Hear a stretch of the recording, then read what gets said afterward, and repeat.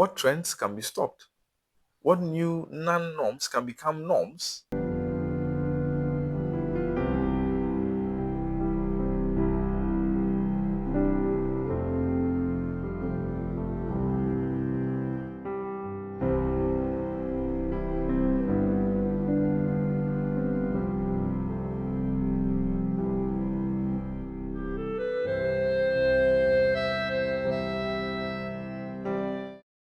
Hello, welcome to the Built Environment and Health channel.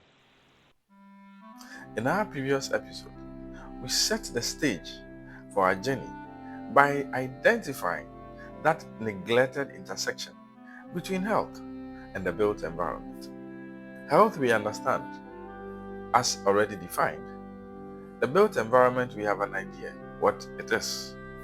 In the subsequent videos, however, we will need a certain detail of what the built environment entails and how it fosters our understanding on this neglected intersection.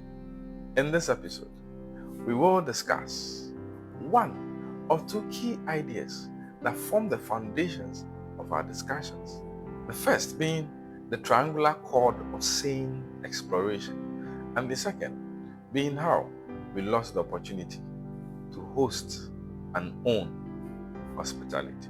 The triangular chord of sane exploration.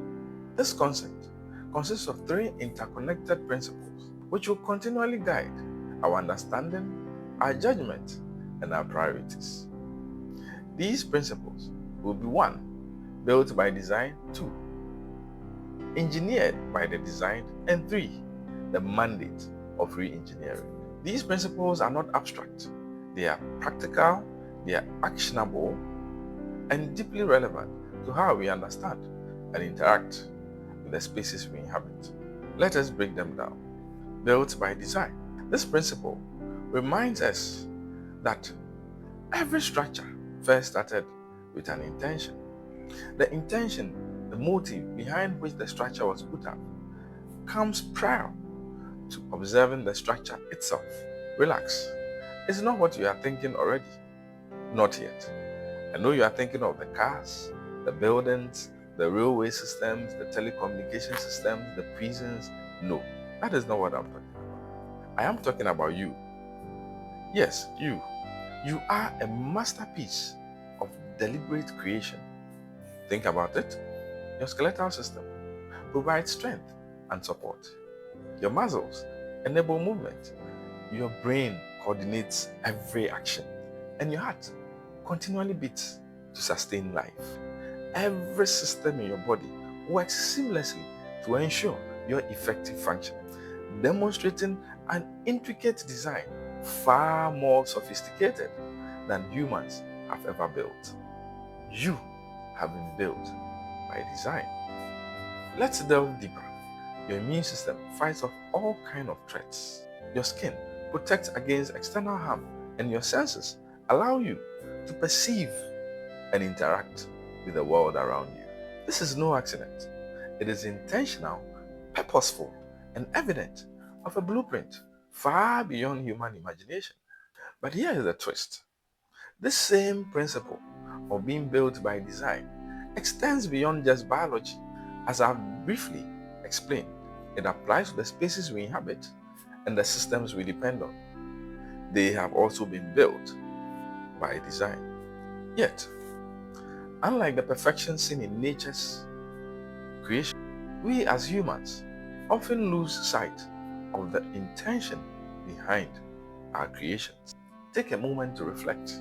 How often do we design with purpose and empathy? How often do we ensure that our creations serve a greater good than causing harm? The principle of built by design challenges us to embrace intentionality in not just how we build our physical spaces, but how we live, interact, and build our futures. When we stray from this principle, we end up with spaces and systems that fail us, places that are inaccessible, unsustainable, and unhealthy. But when we honor the principle of being built by design, we create environments that resonate with our own creation, our own anatomy, our own physiology. engineered by the design. Remember that from principle 1, you and I are the designed and engineered by the Creator. Let me take you back into time when we are told that there was a man who lived in caves and he was called the caveman. Think of the Flintstones. Could it be Flintstone Fred or Bunny Rubble? But here is the question. How did the caveman find caves for shelter? And did he perhaps alter the stony structures to suit his needs, such as habitation? Or was it the harsh weather conditions that pushed him to seek refuge in these caves rather than being in the open space? If it is so indeed that the weather and the other harsh environmental conditions, like the mosquitoes, like the rainfall, like the scorchy sun, if these were drivers for his relocation or for his search for a space that harmed him less, then we live in a civilization. But he did something profound that has catapulted us thus far. So he started engineering the spaces he met, altering the environment, shaping the environment to meet his needs. Let us step into the religious narrative for a moment. From those accounts, Quranic or biblical, we are not explicitly told that the house was built for Adam in the garden. Yet, as Adam's descendants, we have carried on the initiative to build and build spaces habitable enough and to serve other purposes as we desire. I could then infer that Adam started building as well. Was Adam the caveman? I can't tell for sure. But what I know is Adam definitely would also have built a house, because we are told there were cities even in the day of Adam. Because Cain, a character in the biblical story of creation, afterwards, when he left Adam, built a city. A city would include people with decent habitation. Therefore, I believe Adam and his descendants continued the initiative. We, as descendants of the same persons, have continued this initiative, designing countless spaces, technologies, and systems. The journey from the caveman's crude creation to today's sophisticated creations is very remarkable.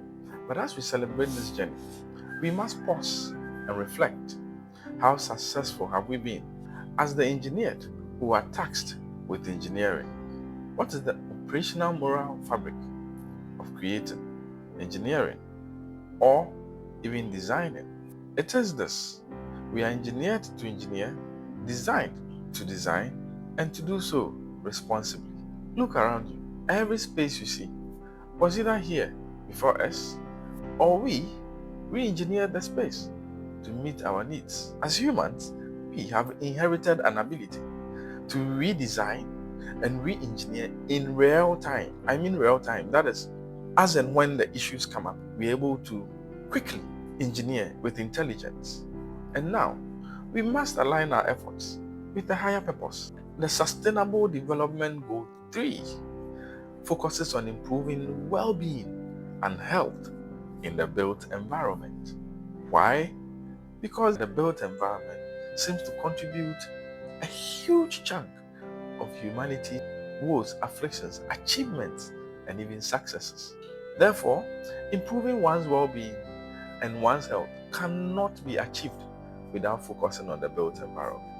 Engineering is only as good as the design it works with. A poorly conceived design will result in a flawed engineering, no matter how skilled the execution team is. For example, think of a building without proper ventilation. No matter how well the structures are engineered, the people within it will suffer the consequences of poor air quality, discomfort, stress, and potentially other adverse health effects.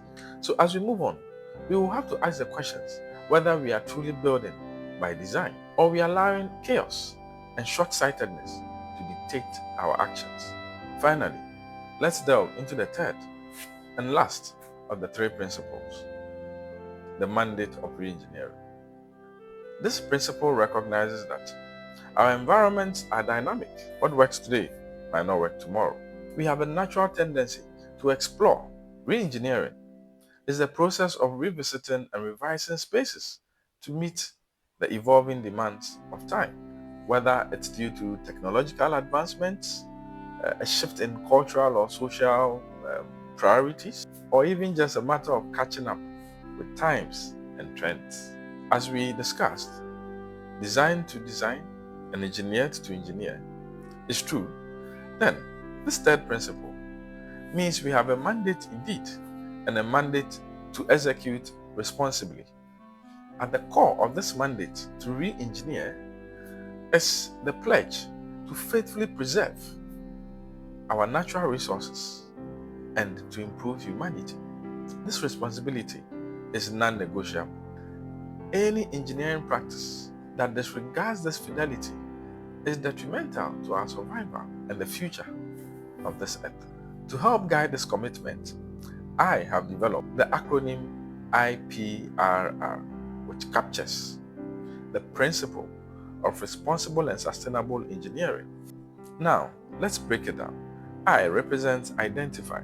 That is, you start by recognizing the resources, the needs, and opportunities in our environment. P, for purposeful use, ensures every resource is utilized deliberately, avoiding waste and ensuring maximum benefit. R, represent. Replenish. That is, actively give back to nature, restoring what we take to maintain ecological balance. And the final R, represent reuse. That is, a need to innovate by repurposing materials and spaces, extending their life cycle and reducing waste. In conclusion, the triangular cord of sane exploration, that is, built by design, engineered by the designed, and the mandate of re-engineering, is a guiding framework that challenges us to think critically about our spaces. Are we building with intention, engineering with precision, and are we bold enough to reimagine what already exists? That is, how did we find ourselves in the spaces we have accepted as normal? And the quest to see what changes can be incorporated, what trends can be stopped, what new non-norms can become norms, such that we are able to advance our health and well-being. It is natural that humans are explorative, and the only assurance we have is to have a framework that guides the explorative nature of man. In the next episode, we will discuss the second key foundational concept: how we missed the opportunity to host and own hospitality. That episode is one at heart. The details are captivating. There, you will find out, as built environment, what we call a hospital today was not a hospital, and probably your home was a hospital. Also, you will find out, to your shock, that the hospital originally was conceptually a legal firm. See you in the next video.